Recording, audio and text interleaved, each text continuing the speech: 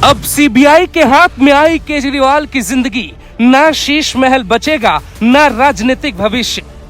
इधर ओम बिरला और बीजेपी मुस्कुराई, उधर सीएम केजरीवाल की आंखें जज के सामने भर आई। बीमार केजरीवाल क्या सियासत के भी बीमार खिलाड़ी हैं या कहानी कुछ एकदम अलग है? क्या केजरीवाल का शीश महल टूट जाएगा? क्या केजरीवाल की पार्टी खत्म हो जाएगी? क्या शराब घोटाले में कोई ऐसा सबूत है कि सीबीआई ने जज के सामने ही केजरीवाल को गिरफ्तार कर लिया? राउज एवेन्यू कोर्ट में सुनवाई चल रही थी। ये देश के इतिहास का पहला मौका था जब जजों के सामने ही किसी सीएम को गिरफ्तार किया गया हो।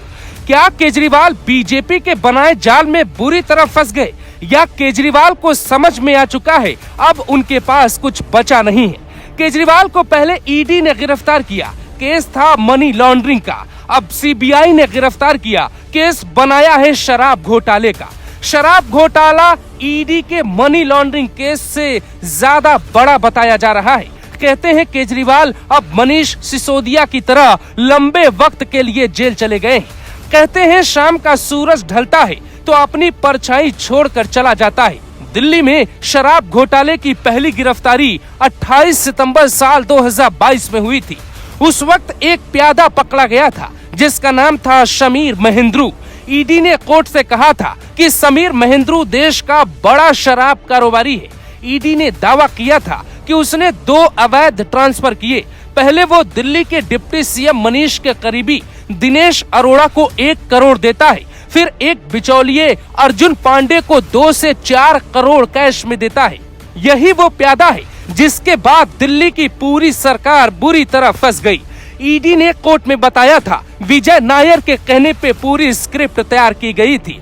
आम आदमी पार्टी का फंड कलेक्टर विजय नायर को ही कहा जाता था। वो साल 2014 में जुड़ा और पार्टी के लिए फंड जुटाने के लिए हर नैतिकता को भूलकर आगे बढ़ता रहा। विजय नायर, मनीष सिसोदिया, समीर महेंद्रू, राघव चड्ढा, आतिशी, विभव कुमार, केजरीवाल बराबर शराब घोटाला कहा जा सकता है। कहते हैं अगर कोई होशियार व्यक्ति अपराध की दुनिया में कदम रखता है तो पुलिस भी कांप जाती है।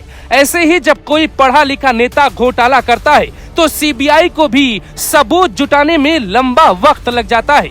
पहले प्यादे की गिरफ्तारी के बाद सीबीआई ने केजरीवाल को गिरफ्तार करने में करीब 20 महीने का वक्त लगा दिया।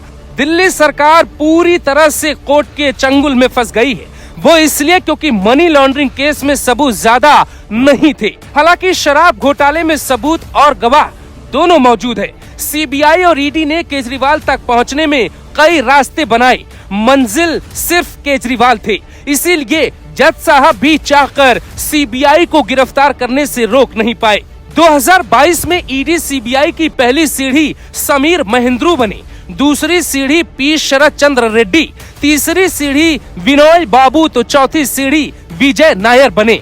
ईडी सीबीआई की 5वीं सीढ़ी अभिषेक बोइनपल्ली बने तो 6वीं सीढ़ी अमित अरोड़ा बनाए गए। ईडी सीबीआई को अपनी 7वीं सीढ़ी गौतम मल्होत्रा के रूप में मिली तो 8वीं सीढ़ी राजेश जोशी के रूप में मिली। 9वीं राघव मंगूटा तो 10वीं अमन धाल, 11वीं सीढ़ी अरुण पिल्लई तो 12वीं सीढ़ी मनीष सिसोदिया बने, 13वें दिनेश अरोड़ा तो 14वें संजय सिंह बने। जबकि साल 2024 में 15वीं सीढ़ी खुद केजरीवाल बन गए, जिन्हें ईडी सीबीआई का मंजिल कहा जा रहा था।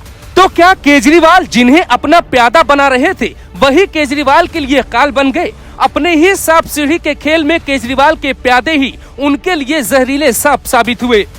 कहते हैं कोई भी आरोपी अपने पीछे सबूत छोड़ जाता है, तो केजरीवाल ने ना कोई पद लिया ना कोई सिग्नेचर किए, फिर सीबीआई ने कैसे जाल में फंसा लिया?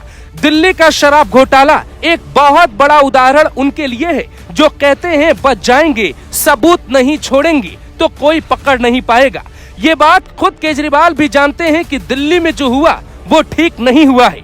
यही कारण है कि उन्होंने खुद से जमानत याचिका वापस ले ली है। ये वो वक्त है जब वफादारी पर बेईमानी भारी पड़ गई।